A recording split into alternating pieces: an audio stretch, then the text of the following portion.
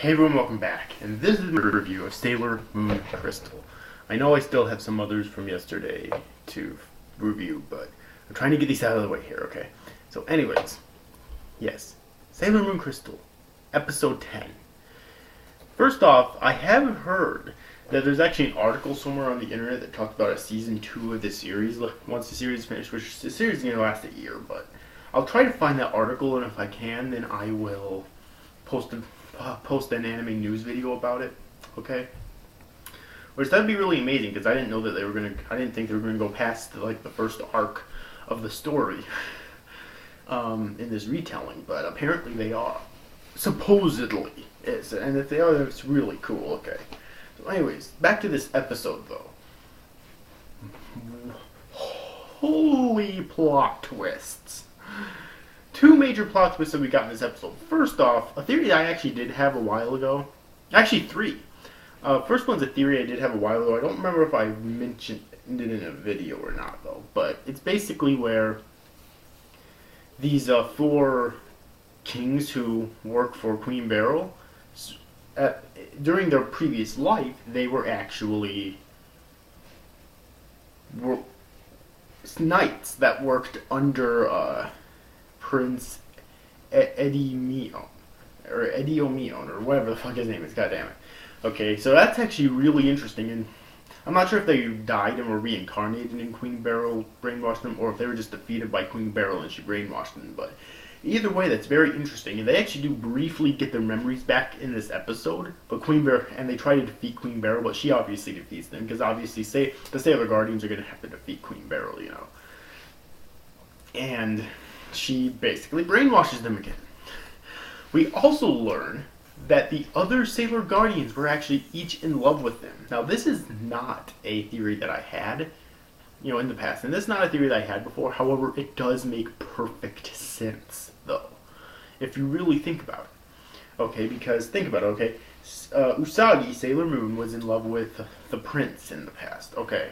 And there's 4 other Sailor Guardians, and there's 4 of them. We already knew that they worked for the prince at some point in the past. So, if you really take that into consideration, even though I didn't think of it before, it still makes sense. Okay, it really does. Very interesting. And the third plot twist, which is probably the biggest plot twist in the entire fucking episode. Usagi committed suicide in the past. Yeah, the way she died was that she committed suicide after her lover, basically, the man who she was in love with, died. After he died, she committed suicide. Damn, I knew this was going to get dark, but I did not expect fucking suicide. Okay.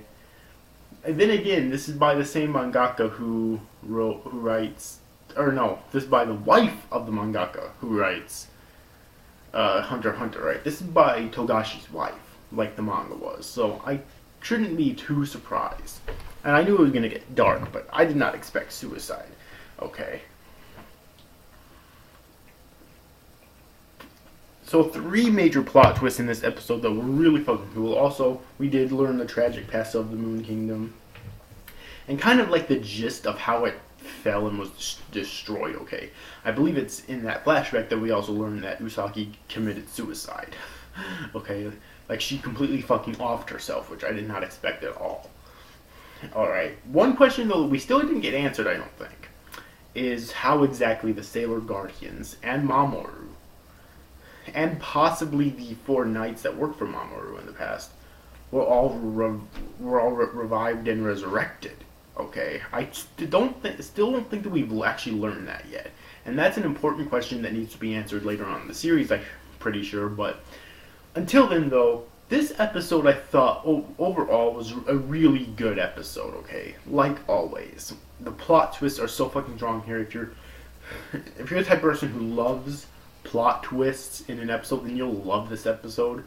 Okay, because there's 3 major fucking plot twists in this episode that make you think holy fucking plot twist. Holy shit. Especially the fucking suicide one. Okay?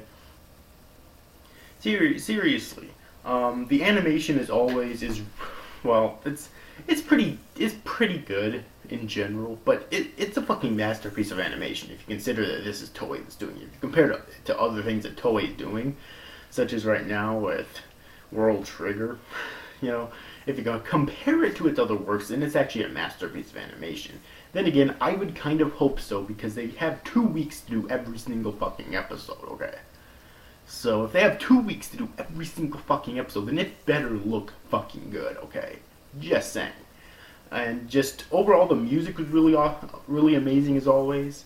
I cannot get enough of that fucking opening. It's not that stupid fucking English opening of the original series. And if this gets dubbed, they better not. They better use the same opening, because this opening is fucking amazing. I just can't get enough of it. Ah, God. So if you've yet to see this week's episode of Sailor Moon Crystal, then I definitely recommend that you do. I cannot wait for the episode in 2 more weeks, okay, because it's just so great. I really don't have any major complaints with it, okay, because everything, for the most part, everything's being done right, okay. I mean, they're characterizing and developing the characters appropriately. They're developing the plot appropriately. It's paced appropriately. It's not too fast to make you think, why the fuck should I care about anything happening here? But it's not too slow to bore you, you know. So yeah, but anyways, overall, hope you enjoyed this review, guys. See you after, guys. Thank you for watching. Bye bye.